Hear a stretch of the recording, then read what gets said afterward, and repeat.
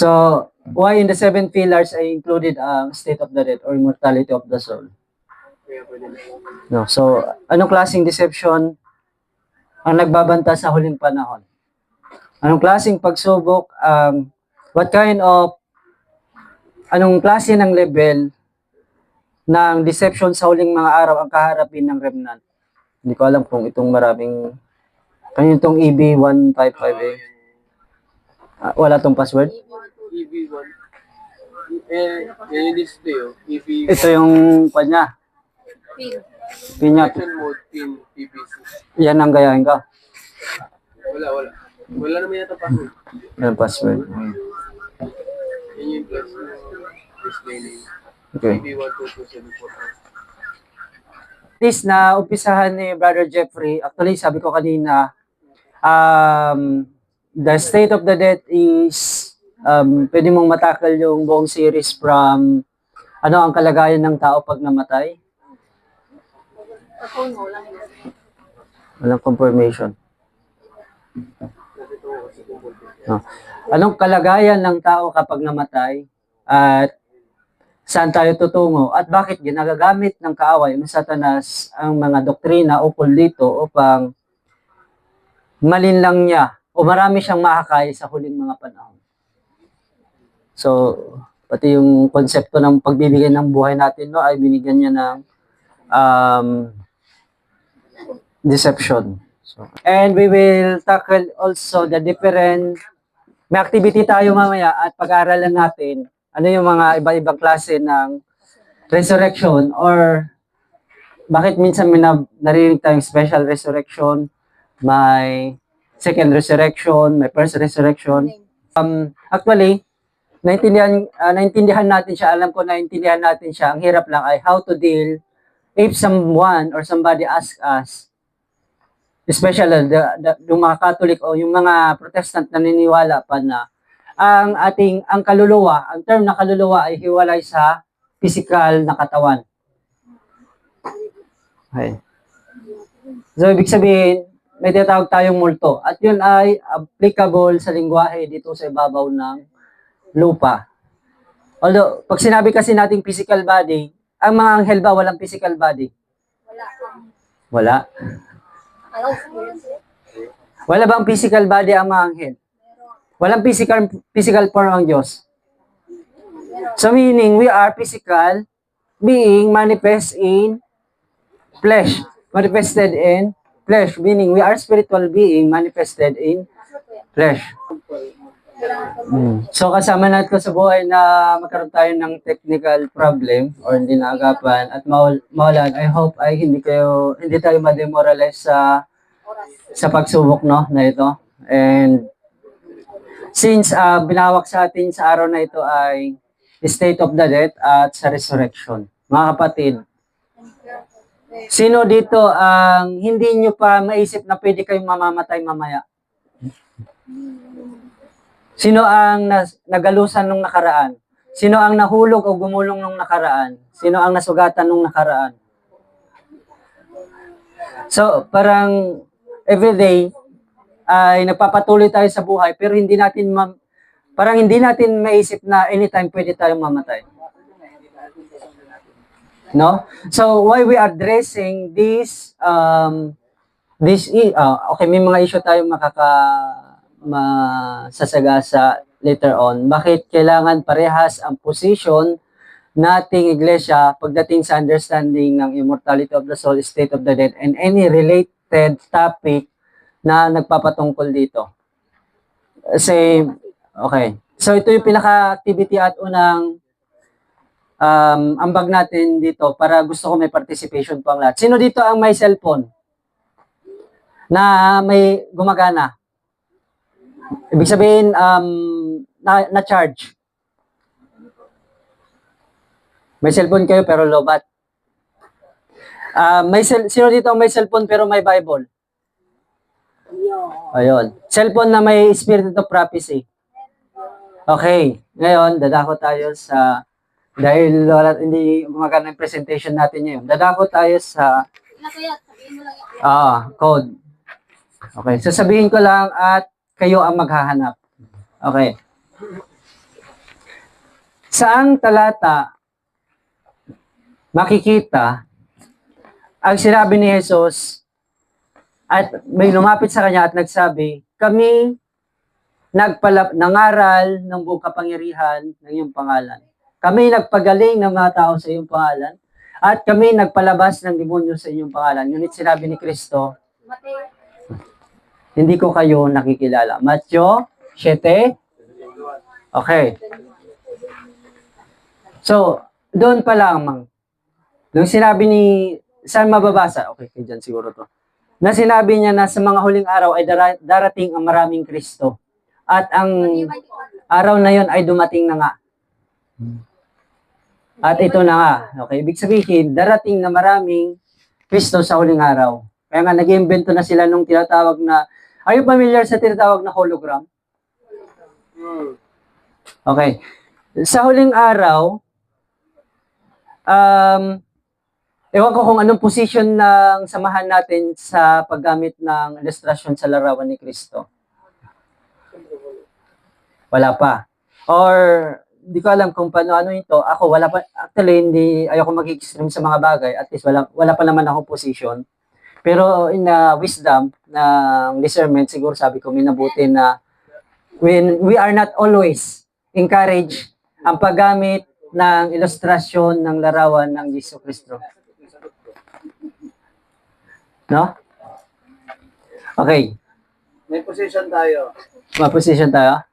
Hindi problema ang maglagay ng Ilustrasyon.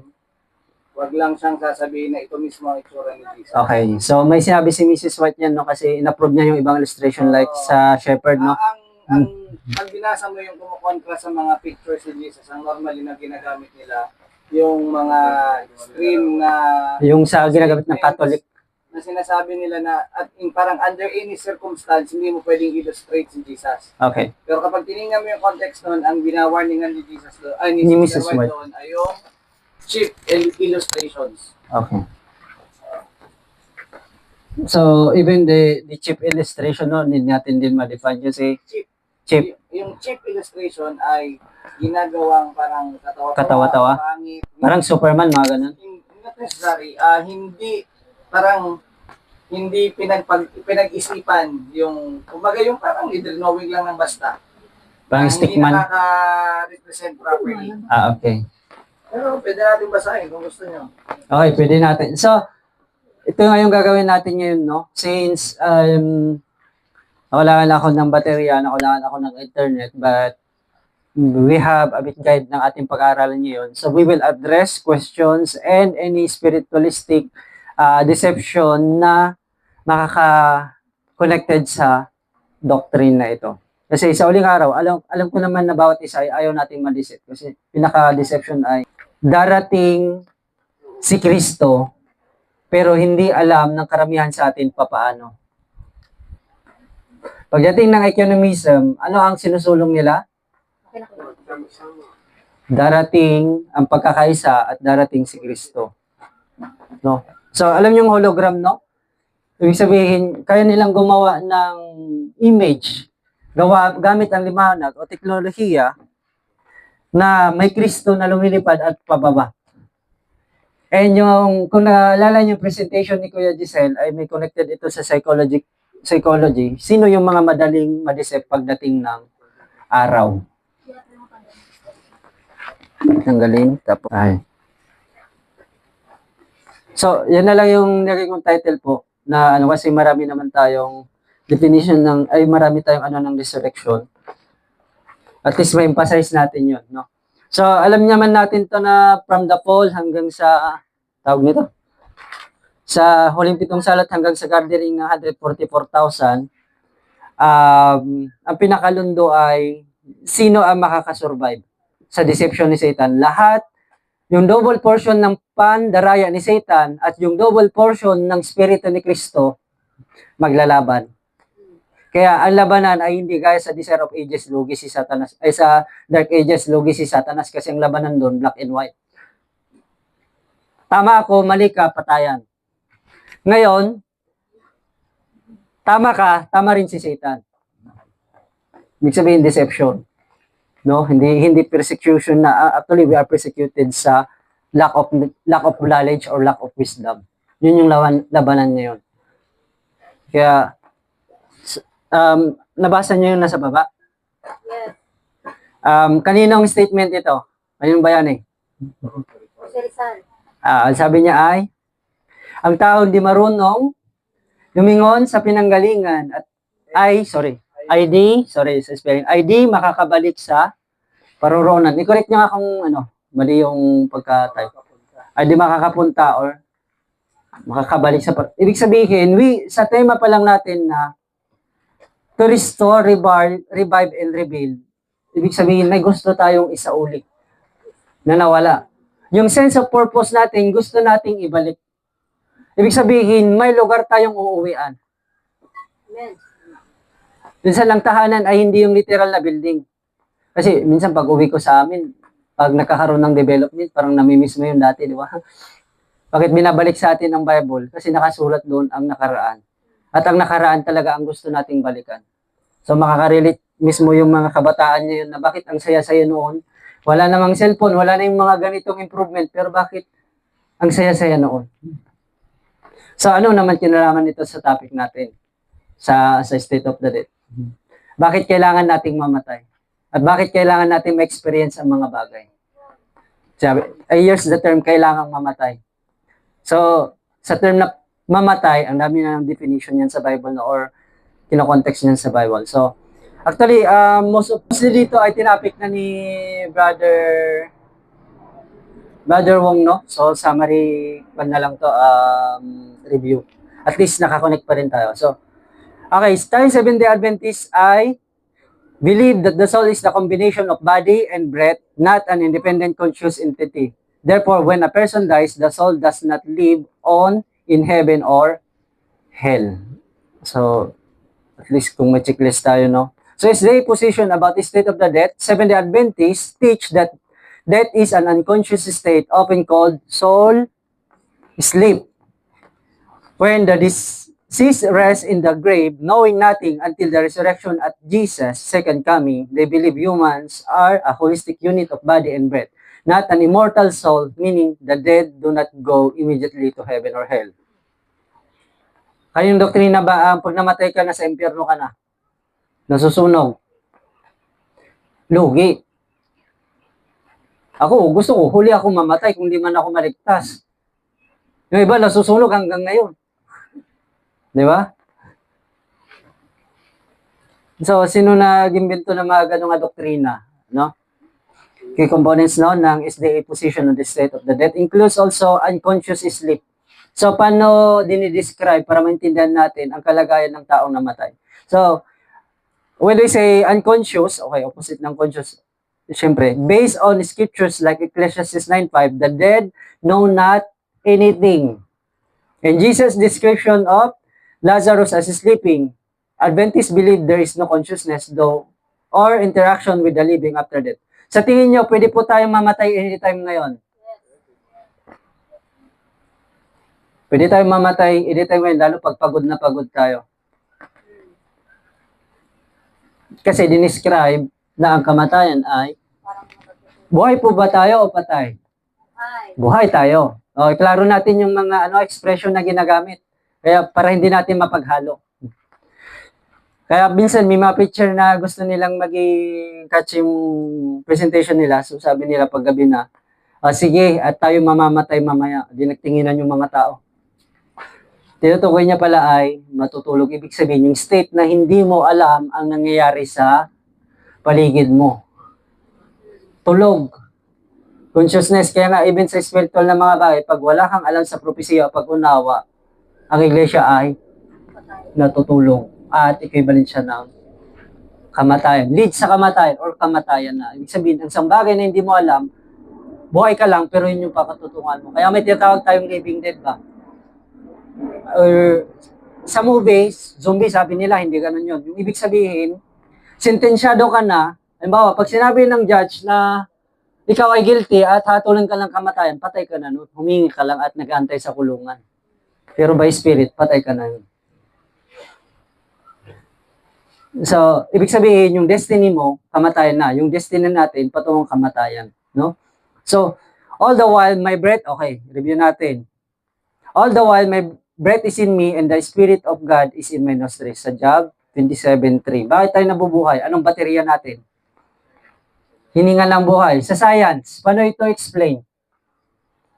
Ano yung mga kuryente na nagdadala o pinapump ng ating puso at kinikerry ng oxygen ng red blood cells natin patungo sa brain natin at mga bagay na nagbibigay ng electrolytes, ng kuryente sa ating katawan? Oxygen. Hininga ng buhay. So, ibig sabihin, gumagana tayo dahil sa Espiritu ng Diyos.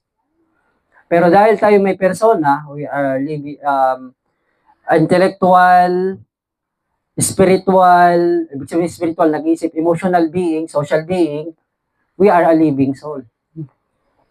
And because we are created in the image of God and we are a being, a person, we have a body at yun ang compose ng living soul. Hininga ng Diyos, ang katawan na hinulma, at ang attribute niya na tayo may kakayahang umibig, at ano pa man, kahit magalit, gagalit man ng Diyos, we are created in the image of God, in the whole being of God. So meaning, ang person ay being a person. So, the Spirit of the God, alam niyo yan, image of God and breath of the Almighty. Ayun. So, yun lamang, we need to deal with the people, guys, sa sample kanina ng talata, how to address that mga talata. So, the resurrection hope. So, we Seventh-day Adventists ay naniniwala na mayroong pagkabuhay muli. Amen. Ganon din naman ang mga hindi Kristiyano. Naniniwala sila may life after death. Ang atheist, naniniwala po ba sila? Hindi.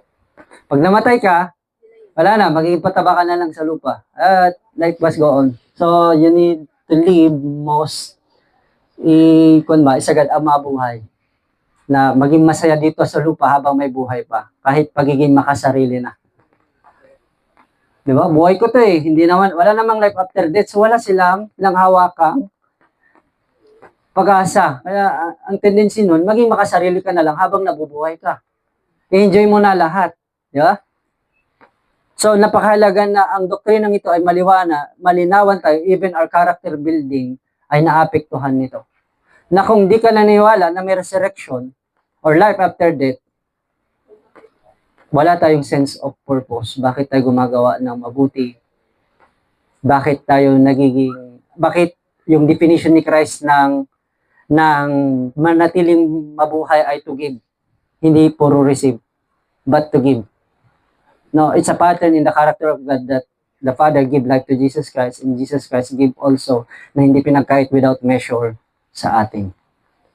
So, the only hope for the dead is the resurrection at Christ's return when both righteous and wicked will be raised to receive their rewards. Sino ang may reward? Ito sa faithful. Ang nakasulat dito, faithful lang ba? Righteous and wicked. Kaya nga, yung mga term minsan ginagamit, pag sinabi mong reward, ay napaka-positive. Pero yung expression na ginagamit, pati wicked, may reward. So, in other term yan, may tinatawag tayong consequence. Sa natural law, may consequence or kung ano ang tawag mo dito, yung cause and cause and effect na effect. Tama ba? Ayun. So, simplified lang naman ito. Tayo Seventh-day Adventists ay naniwala sa nature of death that is viewed as a total cessation of life, described as a rest or silence. Kaya yung sabi ni presentation kanina, rest in peace. It's divine, a rest in peace. Ibig sabihin, anong nararamdaman mo pag gusto mo na, hindi ka makatulog tapos nakuha mong matulog? O pag may problema ka, ang lalim-lalim ng problema mo, pero nagawa mong matulog, anong kailangan ng sanlibutan niya yun? Kaya kailangan natin ng kamatayan. Pero at least ngayon, madidefine natin clear saan nilalapat ang literal na kamatayan, spiritual na kamatayan. Okay. This perspective contrasts with many other Christian traditions that teach an immediate transition of the soul to heaven, hell, or purgatory. So, hindi lagi, pag sinabi nating biblical, tama sa atin, wala nang kukontra sa atin. Mayroon at maraming kukontra sa atin sa iba't ibang anggulo ng paniniwala natin sa state of the dead. May naniniwala na si Kristo ay hindi totoong nabuhay. May mga na-encounter akong ganun. Yung mga nakasulat doon ay script lang, at yung mga literal, ginagawang spiritual, yung spiritual, ginagawang literal. So, resurrection of spirit, communication. Sino mahilig dito maglaro ng keyboard? Ito ba yun? Tingnan natin. Because the dead are unconscious in their graves, is the theology teaches that spirit or ghosts are not the deceased but fallen angels or demonic forces. So, tatlo lang ang alam kong being na nilikha ng Panginoon or na-present dito sa ating mundo, sa ating kinalalagyan. Una, ang deity, ang divine being, ang Diyos Ama at ang Anak. Pangalawa, other divine beings, ang ginawa niya mga angels. Pangatlo, human being. Pangapat, wala na. Ang sino gumawa kay Satanas? Yung iniquity. The mystery of iniquity. Sinong gumawa kay Paul and Adam? Sinudyukan lang naman siya ni Satanas. Pinili niya na maging fallen nature and even the consequence ng pinili niya. So, yung pagiging mortal natin ay resulta ng pagsuway at yon. So, klaro po tayo, walang aswang, walang multo. Kung may multo, oo. Ang sagot natin, totoo bang may multo? Oo. The fallen angel. Totoo bang may multo, sister? Meron. Biblical yan. May multo. Pero paano natin sasagutin? Okay. Yan. Evil spirit. Kaya nga, Maraming ito na multo. minsan, ayun. May definition din ng iba sa multo, yung bigla kang nagparamdam daw, tapos bigla mo, ayun, iba na yan, nang-ghost daw. No? So, mga language na nabubuo, or mga expression na nabubuo, kasi alam nyo naman, we are built as creative as in the mind of God. So, even yung mga expression ay, may nanligaw daw, pumunto sa mga dalagay, may nanligaw daw na lalaki, tapos nung ayaw na niya, biglang, hindi na nagparamdam. Nang-ghost. Yan. So, well, by the way, yung ano natin is, may multo, pero hindi ito yung ating mga namatay na mahal sa buhay. Okay. Kaya, yung sabi nga ng isang mga aral, si Sariano, nung namatay ang mahal mo sa buhay, iyak-iyak ka. Halos gusto mong sumama doon nung nililibing sa puntot, parang gusto mong sumama sa kabaong, no? Iyak ka. Tapos, nung bumalik sa sayo, after 40 days, natakot ka. Di ba? Ito, kasi ang spirito, ang doktrina ng kalituhan, sa huling araw ay binigay na ni Satanas. So, sino kaya yung mga madaling tamaan ng mga ganitong kadayaan? So, baka even sa reformatory movement, natatamaan din tayo. Okay, purgatorio. Okay, siguro pwede ko skip to, pero lahat naman yata tayo, ano? Pero sino po sa inyo dito ang nasa preconceived idea na pag namatay pa ang tao ay parang may receiving area ba? Parang dito ka muna. Wait ka muna kasi hindi pa natapos yung investigasyon ng iyong buhay. Yan, doon napapasok yung investigative judgment. Dito ka muna kasi hindi pa tapos yung papeles mo kung pasado ka ba o hindi. So, dito rin in connection, papasok yung tatawag nating close of provision ng mga topic. So, napaka-broad ng topic ko na ito. So, pag alam natin ito, kapag connect natin yung mga bagay, settle tayo. So, isang tanong, isang sagot, alam natin agad. So, purgatory is a Roman Catholic doctrine. Okay. It's a Roman Catholic doctrine. I-share ko lang ha para alam natin na sino yung author ng Deception or Mother of Harlot. Baka mamaya, may ibang concept pala ng purgatorio. Sinasabi natin na, ang tawag nito, we are Protestant church pero tayo pala ay naniwala sa purgatorio nang di natin namamalayan. So, it's a Roman Catholic doctrine defining an intermediate temporary state after death. For souls who die in God's grace but need purification from venial sins or temporal punishment before entering heaven. So it is considered a cleansing process, often depicted as refining fire or suffering aim at achieving the holiness required for paradise. Sino na ang nakamit ng bayarang mga ngaral? Ayan. Ano ang aim ng purgatory? Diba? Para yumaman ang katulad ko. Nahulugan mo na nga yung life insurance mo para sa kabaong, para okay na, insured ka na sa kabaong mo, pagpatay ka na, pati formalin, pati yung kaluluwa mo sa kabila, kailangan pa ng insurance. So kaya maghaharap ka, dahil alam mo sa sarili mo, yung katigasan ng ulo mo, at alam mo magiging matigas ka pa sa susunod na araw kasi hindi natin mag-give up yung mga bagay na dapat natin i-give up, kukuha tayo ng ibang opsyon, gaya kay Saul. Natin na ba, maghahanap tayo ng mga ministro o mga ngaral na suited sa gusto nating kahit hindi naman ito talaga ang prinsipyo ng nakasulat.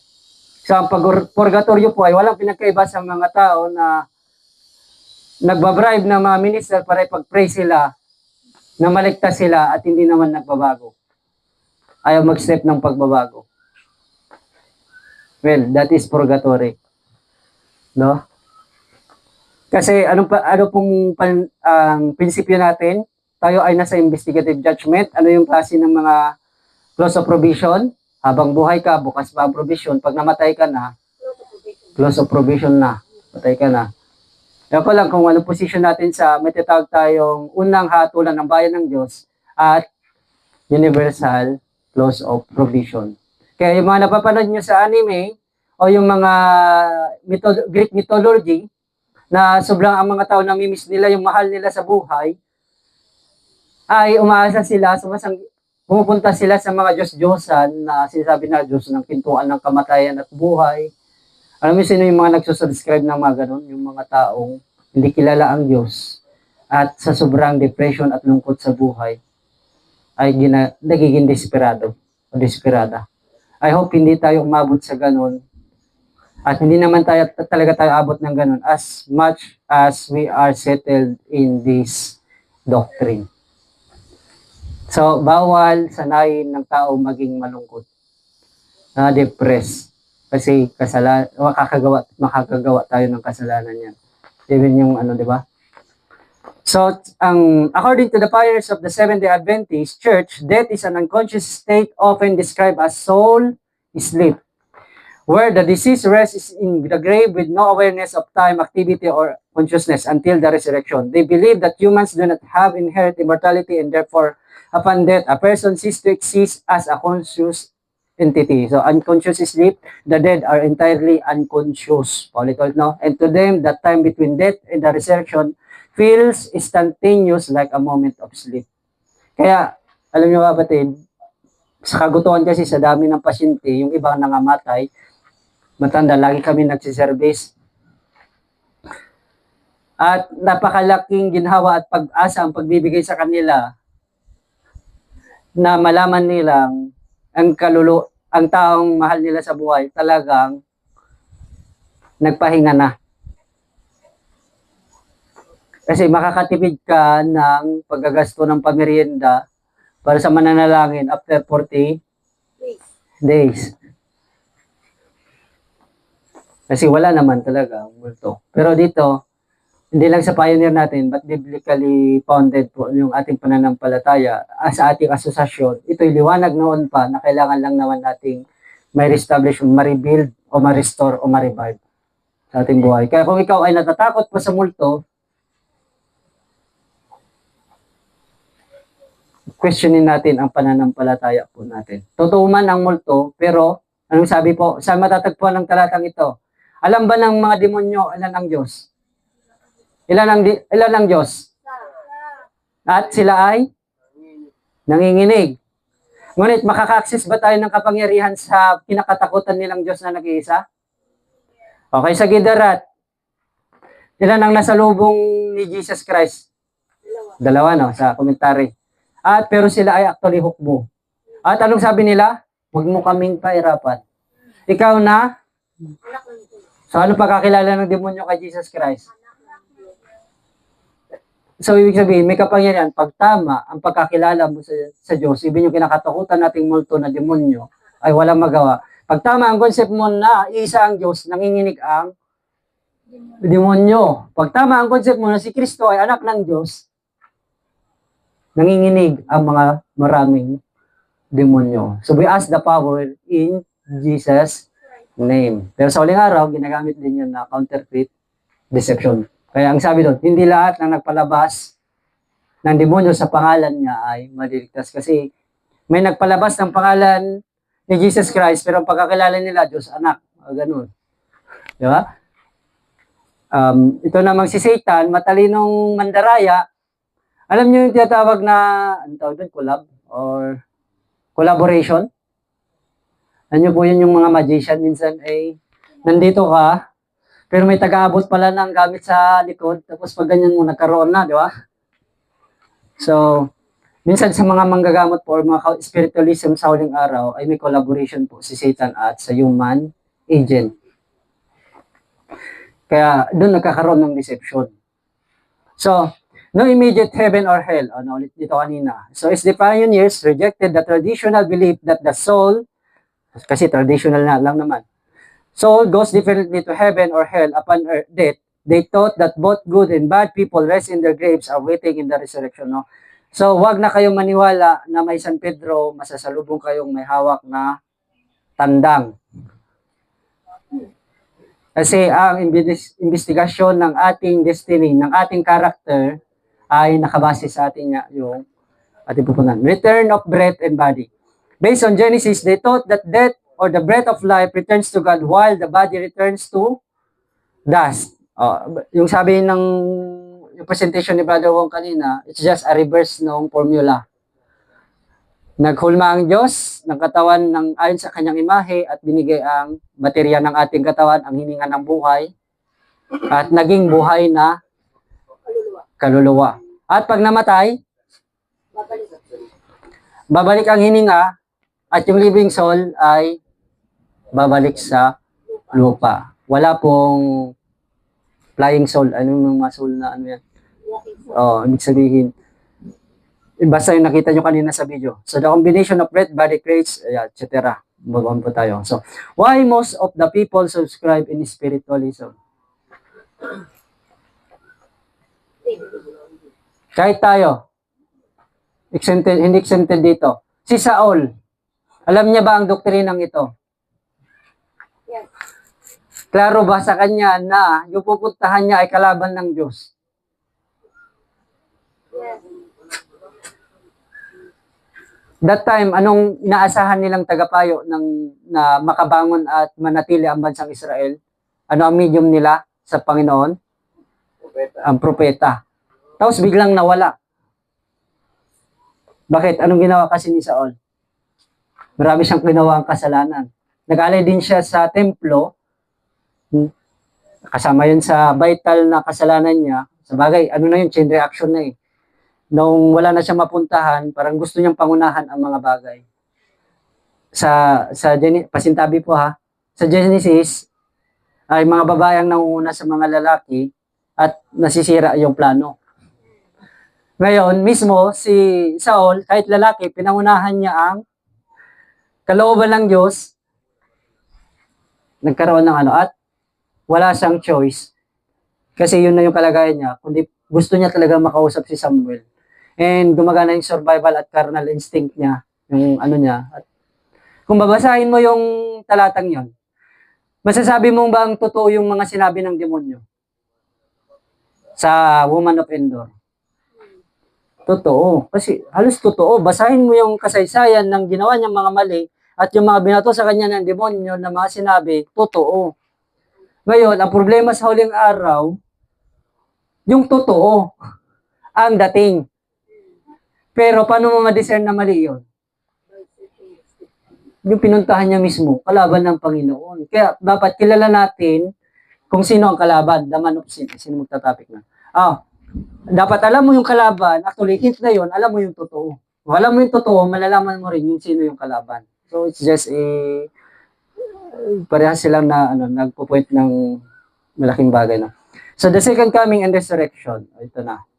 Actually, mamayang gabi sana ito pagpapatuloy ko. Madali lang naman sana ako mag-present para more on discussion. Ang ko, kasi gusto kong marinig yung ibang view at baka may bago pa akong maririnig mula sa mga tagapakinig. So the second coming and resurrection, bahagi po ito na maklear tayo sa state of the dead. Kasi, okay, mabubuhay pala tayo, pero saan tayo pupunta? So at least, nagiging malinaw na mamaya matutulog tayo, kakain at gigising tayo, alam na natin yung sense of purpose sa buhay kasi may certain solid foundation tayo ng goal natin sa buhay. Na kahit pala mamatay tayo, ang sabi ni Paul, to die in Christ is gain. In Christ. Hindi lang basta mamatay ka. So, To live is Christ. to live is Christ is to die is gain. Okay, in other halos parehas sila, pero yun yung mas eksakto. Namamatay tayo sa pangalan ng Panginoong Jesucristo. No? The first resurrection occurs when Jesus returns, resurrecting the righteous to eternal life. Ayan. The millennium and final destruction. Package kasi yung nakalagay doon. Ayaw, makuha natin dito na. So the millennium and final destruction, 1,000 years later, the second resurrection occurs for the wicked, after which they face the second death. In the lake of fire, a final permanent destruction or annihilationism rather than eternal torment. Bakit ganyan, Brother Wendell? Ang daming patay, buhay ka ulit, patay ka na naman, buhay ka ulit, patay na naman.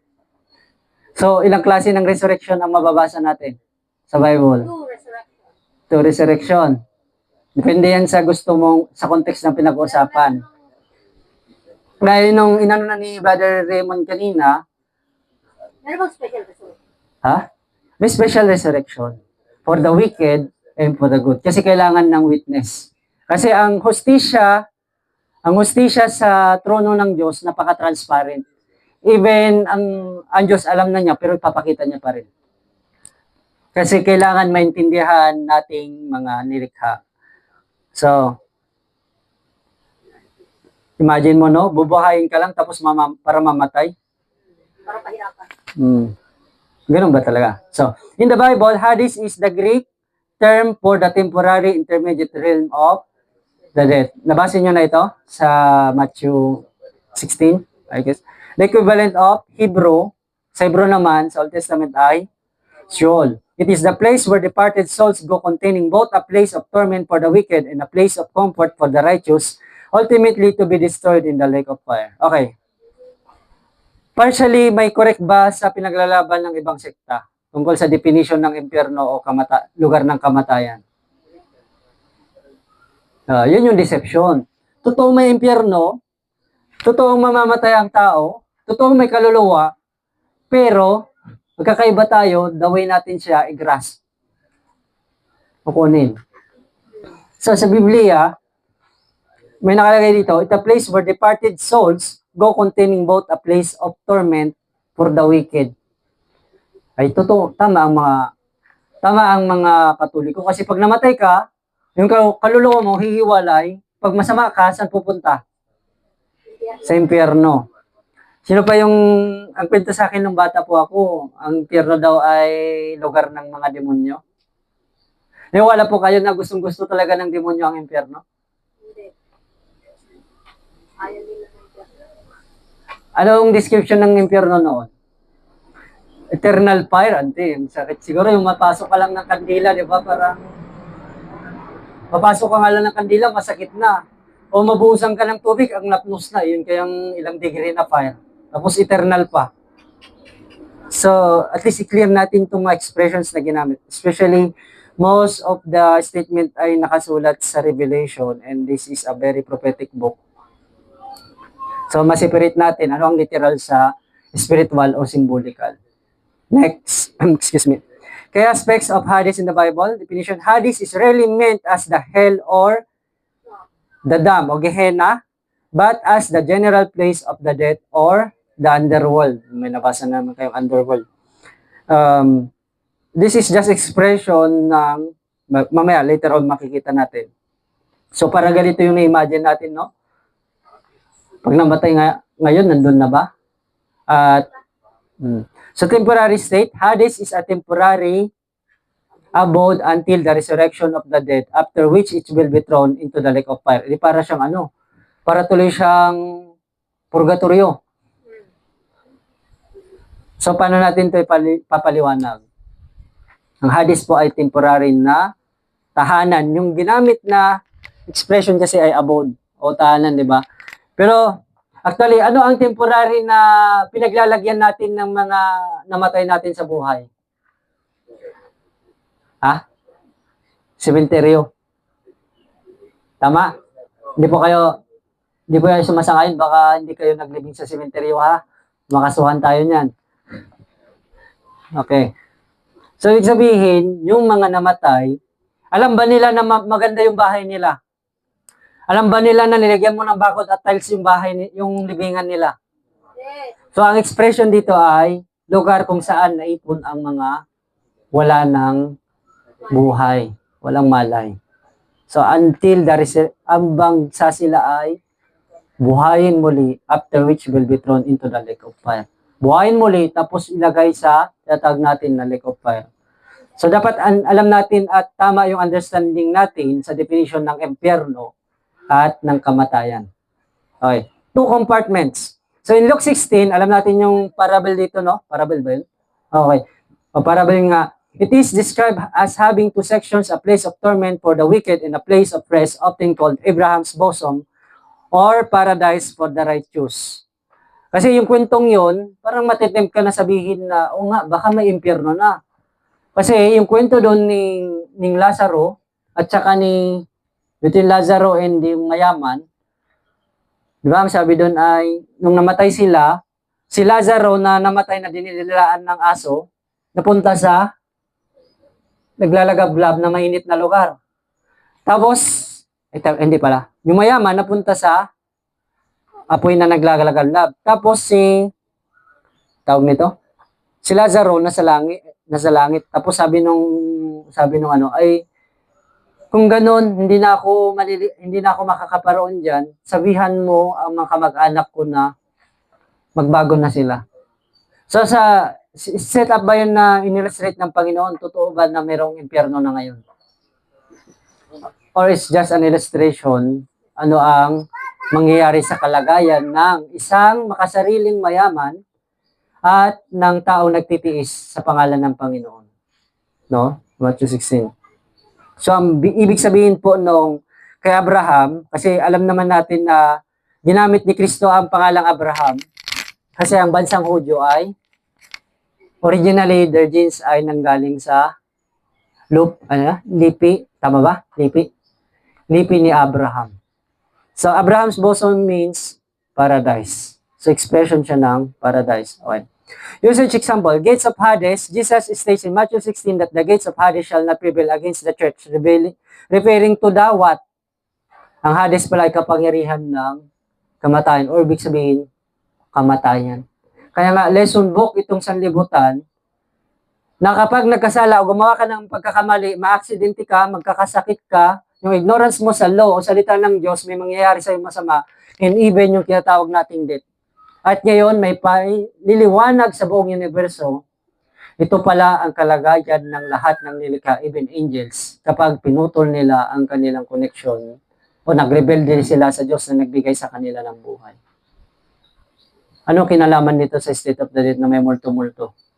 Gustong ipakita ni Satanas, yung immortality of the soul, na kaya nating mabuhay na wala ang Diyos.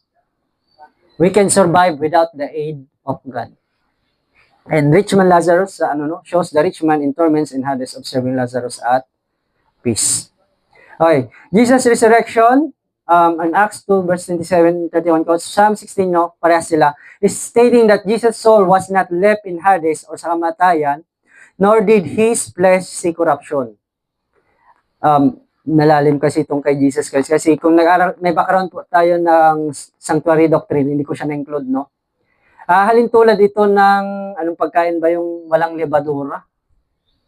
At yung ano, yung walang hinalo. Kasi may pagkain hindi napapanis na kinakain ng mga Levita noon. So, in that day, ang flesh pala ng tao, hindi siya agad mabubulok.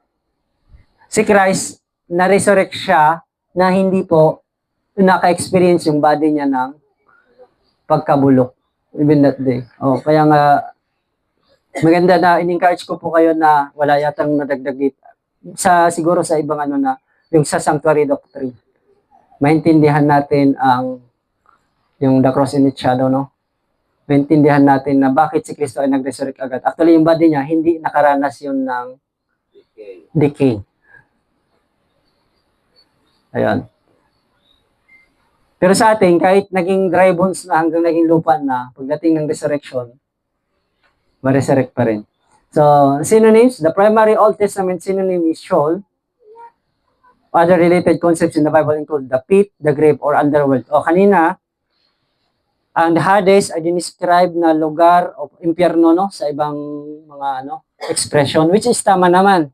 Kasi ginamit yun sa illustration kay Lazarus na namatay tapos may susunog. Pero dito, iklaro natin na ang kamatayan din o ang lugar ng mga kamatayan o yung Hades ay hinalin tulad din sa pit or the grave or the underworld.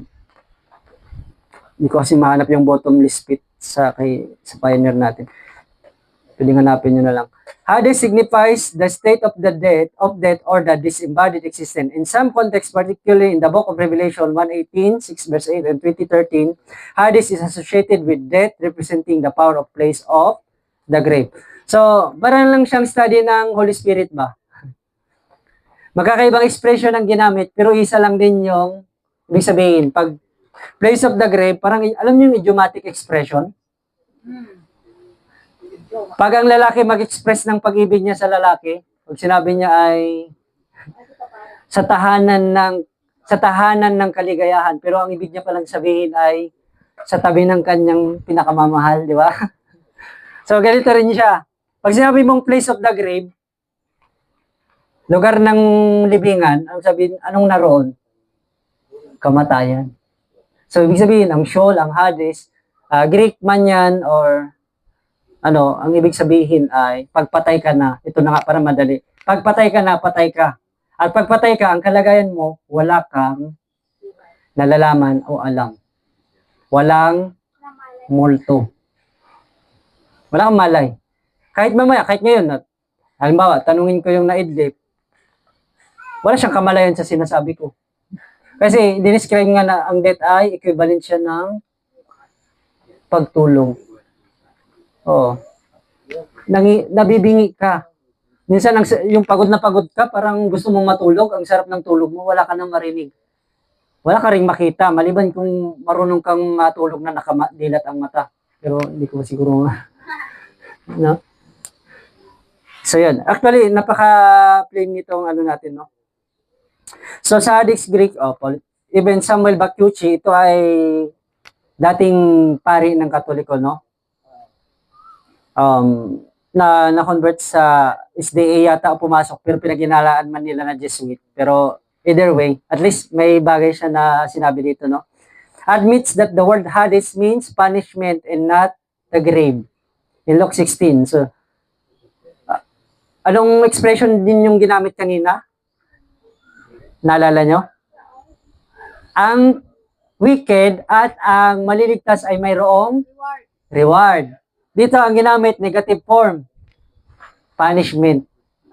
Pero hindi ko yung sa character of God, ha? Actually, sa puntong yon, yung justice ng Panginoon ay mercy din sa mga wicked. Kasi ikaw ba naman, alam mo, may mga tao talaga na sa buhay, kahit alam na nilang mali, ulitin nila, di ba? Ibig sabihin, gusto nilang pahirapan yung sarili nila, tama po ba? Tama. So, yung punishment, minsan nagiging pleasure sa mga taong punishment. Actually, pag uminom ka ng kape, na-decaffeinated, ay nakapinated, alam mong may masamang epekto yun sa'yo at nagkasakit ka na, pero ulitin mo pa kasi masarap. So, yung punishment nagiging pleasure. At ang mga mabubuting bagay nagiging pressure. Makinig kayo sa mga previous na presenter kanina, kaya magandang nakinig talaga tayo sa mga presenter. So, we're trying to connect that. So, the word Hades also occurs in the, basta ang pinakapunto ng pinag-aaralan natin, pag sinabi nilang ang kamatayan ay tulad sa impyerno, totoo ba o hindi? Hindi. Hindi. Totoo pong may impyerno. Totoong may dagat-dagatang apoy. Totoong mapapanish ang mga wicked. Totoo po na may resurrection ng mga wicked at sila'y susunugin. Pero dapat ilapat po natin sa tamang pangunawa. Na ang ibig sabihin po ng Hades o impyerno minsan ay lugar ng kamatayan. Hindi po, imagine nyo ang Diyos, kung tuwa ba yan na hanggang ngayon po ay panggatong kayo sa impyerno at may impyerno ngayon? At kung may impyerno, saan yung impyerno? Sino na nakahanap ng impyerno? Sa ilalim ng karano. Yung iba daw, pag hindi na daw masaya sa buhay, impyerno na daw. Yerno na. Actually, yun mga expressions yun, no? Next. So the Bible describes hell primarily as a place of eternal punishment, confused torment, and separation from God, often depicted through vivid imagery as a fiery furnace of lake of fire. So it is characterized as a place of weeping and gnashing of teeth. So outer darkness and quenchable fire is intended for the devil and those who reject God. Actually, mayroon kasi tayong tinatawag na winds of doctrine. Naka-encounter na kayo ng mga character of God? Okay. Alam niyo mga character of God? Yes. Hindi sila naniniwala na ang Diyos ay pumapatay o magpapanish. At sa ibang sekta naman sa extreme, yung alam niyo, once saved, always saved. Yes. Mahal tayo ng Diyos, wala totoong impyerno.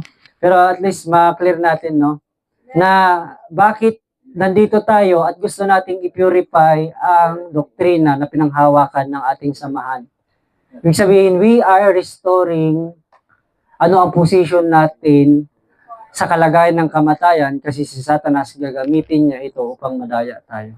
Bakit kayo sumasangguni sa mga medium ni Satanas? Kasi nalulungkot ako. Kasi kulang na ang kalaman natin sa salita ng Panginoon. Patay na spiritual. Patay na nga. Dahil nalungkot ka, gusto mo pang buhayin. Pero pag naintindihan natin to, napakalaking tulong sa ating mental health. Tama ba? Sa spiritual growth at sa ating social aspect na minsan, hindi naman pagiging manhid pag alam mong, pero sana naman pag namatay tayo, dapat sa katandaan din, no?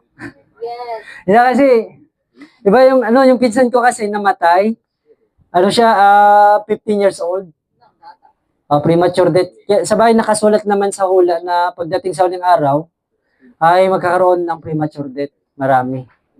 Pero, mas nalulungkot ba kayo pag ang lolo nyo, lalo pag bedridden na, o lola nyo, ay namatay sa katandaan? Okay lang. Parang, wow, sulit na sulit, no? Parang, lalo sa mga pagod siguro mag-alaga na. Hindi na, wag naman sana ganun. Pero parang makita mo na, wow, sulit ang buhay. Oo. So, let's see. So, okay, biblical description of hell. Siguro last na ito muna. So, hell is a lake of fire, a fiery furnace. Jesus briefly describes hell as a place of fire, symbolizing intense torment and divine judgment. So, eternal punishment and separation. Another meaning ng hell ay eternal punishment and separation. It is described as eternal punishment in Matthew 25:46 and everlasting destruction sa Thessalonians 1:9. So, where the wicked are separated from God's presence. Since we read this one, pero naniwala ba kayo na talagang ngayon po may impyerno na?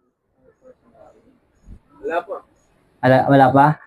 Kaya nga maganda na in-connect sa prophecy, sa timeline, makikita natin, malalaman natin saan yung address ng impyerno. At maaaring ang kinakatayuan natin ay bahagi ng impyerno. Naniwala po ba kayo?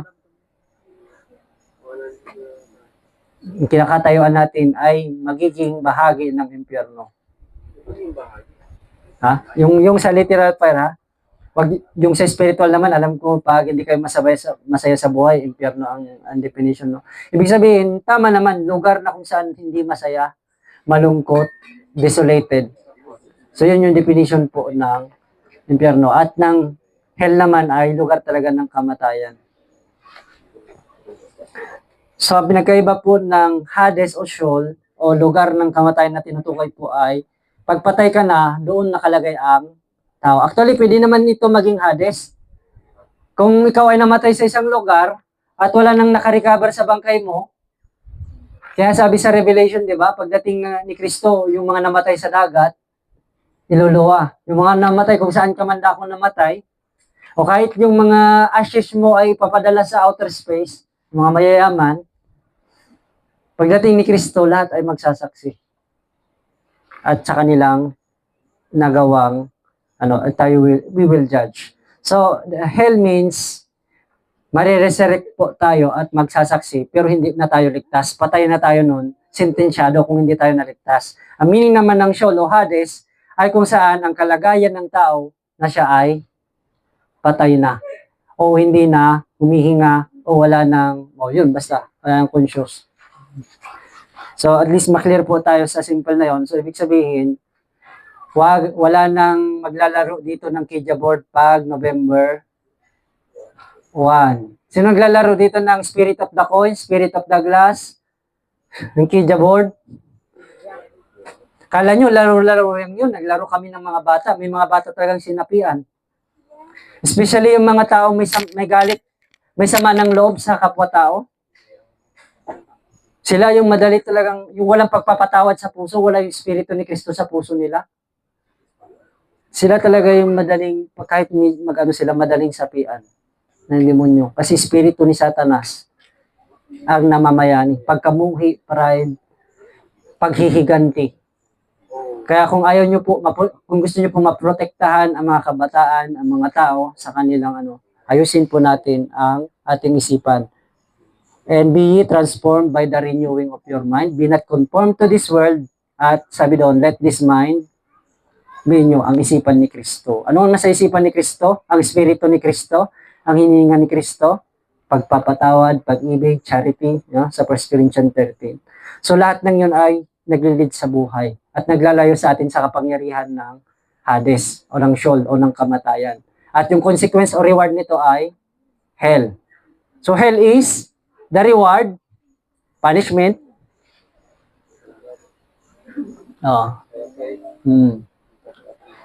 Okay.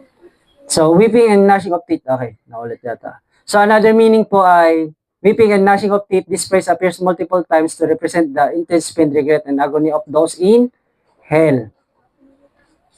So, outer darkness or contrast with the light of heaven, hell is described as a place of utter darkness indicating total isolation and the absence of God's goodness. Naalala niyo yung nakalagay doon na pagdating ng second coming ni Christ, ay may anghel na arestuhin si Satanas na may dalang tanikala at siya ay gagapusin ng, ang tawag nito, anong expression na ginamit doon? Ng walang hanggang panahon. Yung sa bottomless pit. Sa saan kayo yung bottomless pit na yon? Sa earth. Sa earth. Kaya sabi natin kanina, even tong lugar natin ay bahagi ng Hades. At pagdating ng paghuhukom, ito ay magiging bahagi ng impyerno. Kaya ang ibig sabihin po ng bottomless pit ay lugar na wala ang presensya ng Diyos. Ang mga tao patay, pero si Satanas nakakulong. Pero by spiritual, ang destiny niya talaga patungong kamatayan. Kaya parang ako, pag tayo, parang yung yung isda, ano ang paboritong kainin ng isda? Magsabi nga kayo. Sino dito po ang anong tawag mo doon, ng kakawil? Ay, yung namimingwit? Okay. Okay. Ang oras na. Pag namimingwit ka, okay, parang magiging wise like a serpent ka, parang magiging satanas din yung isip mo. Pag namimingwit ka, so, yeah, sabihin ko na, like a serpent eh. Yeah. So, ibig sabihin, magiging wise ka. So, aralin mo yung isda, anong paborito niyang pagkain? Ay, kumakain pala siya ng bulate, di ba? So, ngayon, kukuha ka ng bulate, ilalagay mo siya sa yung hook, kawil yun, sa Tagalog, yung hook, kawil. So, pagkalagay mo sa kawil, dahil alam mo na yung isda na nasa lagoon, ay ma-attract sila doon at kakainin. Actually, kung may special na isda na may iba talagang pag-iisip, kung alam niyang hindi niya kakainin yun, Yes. hindi siya mamamatay. Pero once na ang isda at nilagay mo yun, sentensyado na. Kasi yung isda na yun, by pinaka-nature niya, kakainin niya yun at huhulihin mo siya at papatayin. So, ibig sabihin, pag lubog mo nun, sentensyado na o parang patay, sinabi mo patay na ang mga isda. I-execute mo na lang. Kasi yun na yung plano. Kaya tayong mga tao, pag hindi tayo nagbago, at yun pa rin yung carnal state natin, buhay lang tayo pero patay tayo. Spiritually. Kasi yun lang din yung patutungan natin. Kumakain lang tayo araw-araw. Pero wala tayong talagang clear na sense ng purpose at destination sa ating buhay. Kasi anong problema? Ano yung quote na inauna natin sa una kanina? Hindi ko na pahabain to. Meron pa sana. Ayun. Kasi yung kay Jose Rizal, Ang hindi lumingon sa pinanggalingan, makakarating sa paroonan. sinong gusto pong umuwi? Pero hindi mo alam ang uuwian mo.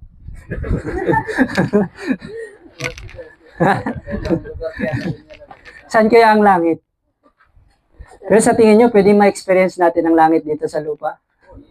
Yes. The family of God is actually a home. Amen.